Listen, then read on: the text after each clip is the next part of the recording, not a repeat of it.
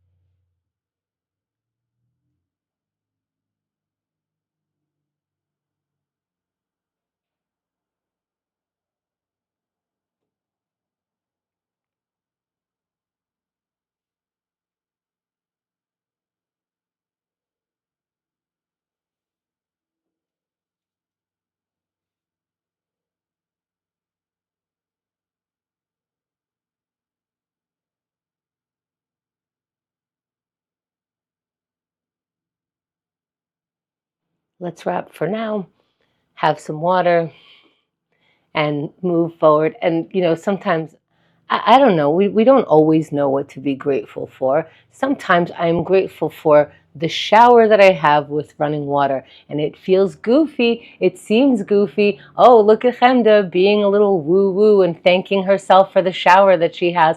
But if I took away your shower, if people took away my shower, it would be a little less goofy to be thankful for having a shower, because we take so many things for granted. Let's keep moving. Let's pause all our thoughts and then make a decision on what the next minute's worth of thoughts will be. On repeat, maybe we're repeating a chant, just Om, OM, or maybe we're repeating, I'm following the inhale, I'm following the exhale, or maybe letting go of a muscle on every exhale. Let's decide. Sit in any comfortable position, eyes opened or closed, breathe.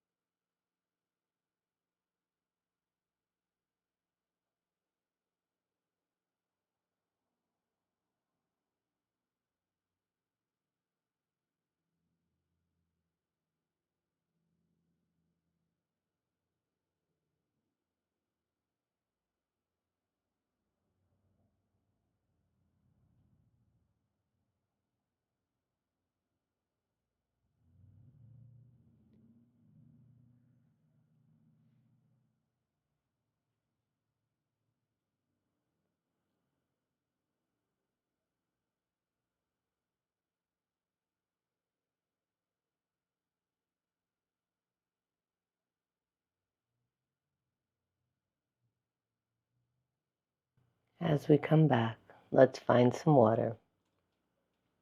And can you believe that we're allowed to just sit there for a minute? Can you believe that that's challenging sometimes? Let's keep moving. Let's go into our writing. You know, right before meditation, I say clear your thoughts of what you're normally thinking about, what's pursuing you. You pursue your thoughts. And here in that minute, those thoughts might have just been flooding you anyway. Let's write those thoughts down, any thoughts down, thoughts that don't feel like your own. It doesn't matter. Let's write something down right now.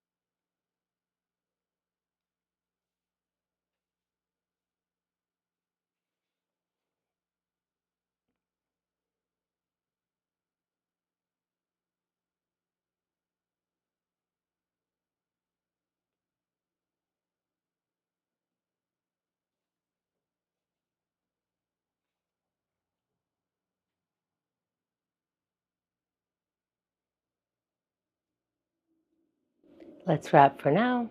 Have some water. Notice that writing might be infuriating today. It might feel silly today. Those are feelings. Let's see if we could take action while we're experiencing feelings, no matter what those feelings are. Let's get up if we can get up. We're going to do a sun salutation or borrow any of the poses from the sun salutation. Create your own. Move nice and slow. Stand if you could stand and inhale the arms up. Reaching up, looking up. Lowering the shoulders even though your arms are raised. And when you're ready, hinge at the waist, fold forward. And our arms are hanging over our feet. When you're ready, halfway lift with a flat back. Look up. And let's get into the high plank. Plant your palms down, step your feet back. And with your elbows near, a lot of strength, slowly, as slow as you can, lower your body all the way to the ground.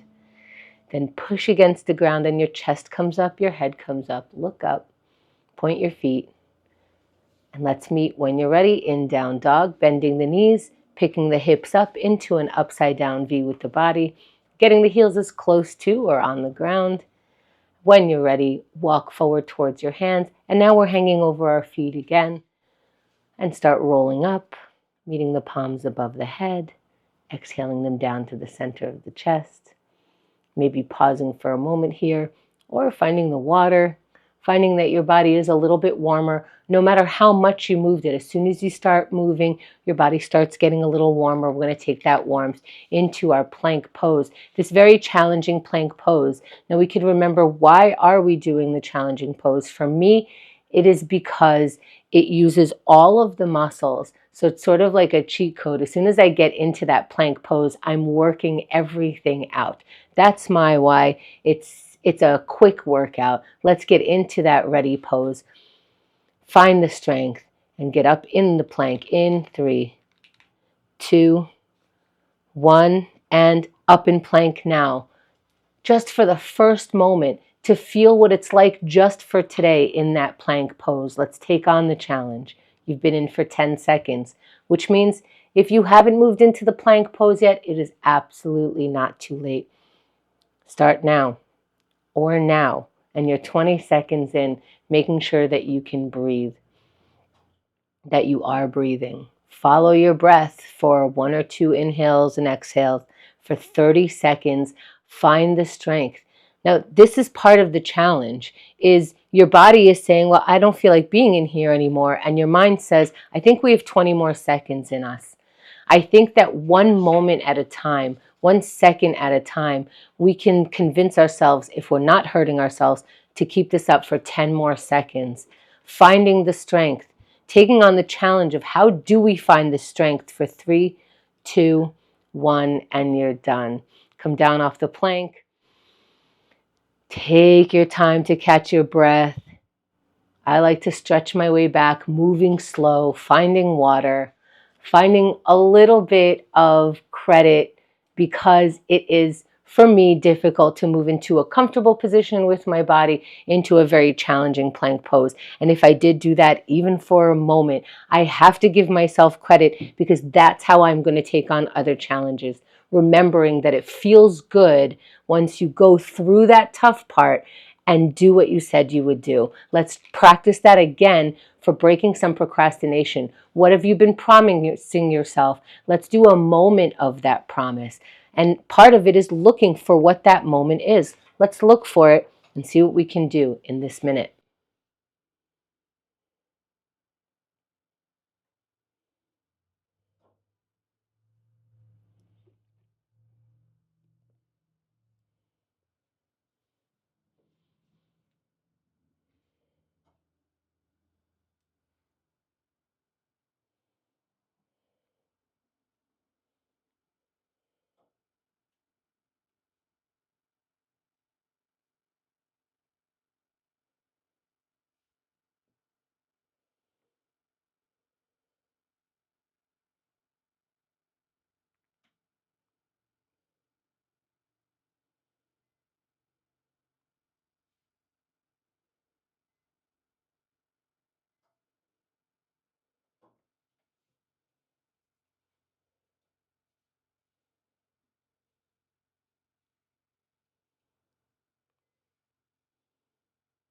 Let's pause the task, have some water, and let's move into the next exercise. And part of breaking procrastination is not just starting, it's pausing, it's stopping that task and moving into the next one. So let's practice that by getting into our connection mind. Who do we need? Who would we like to meet? Where would we like to go with someone? These are questions that we can ask ourselves, and then we can connect to a thought of, oh, I should get in touch with this person because that warms up my connection with them. And here's what they give me. They give me laughter. They give me someone to go have coffee with. Let's see what we can do by saying hello or connecting in some way right now.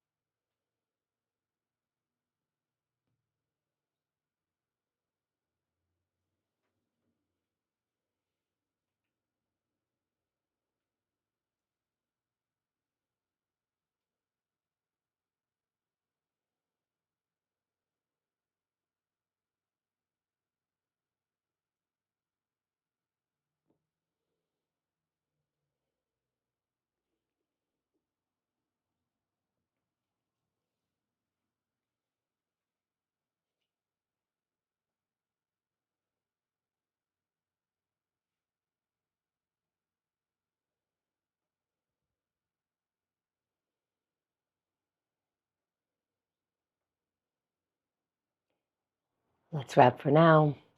Have some water and continue using that muscle of stopping and starting. Stopping the task, starting the next one. Let's aerobicize. Let's get our heart rate going or move in any way that you can. Let's start in 3, 2, 1. Move your body. And if you don't feel like it, do the smallest movement. Find a way to do this tiniest thing and then see where you go. It's 10 seconds in, which of course means it's not too late. It's not too late to put more energy into it. It's not too late to start.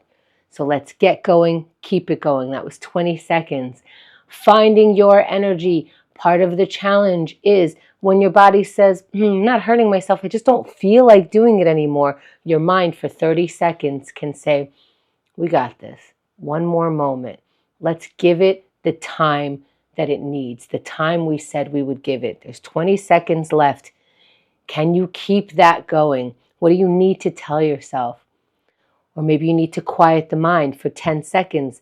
Follow your breath. We're at the countdown. Let's do what we need to keep our body moving for 5 more seconds. 3, 2, 1. You're done. Great job. Thank you for practicing OMAT today.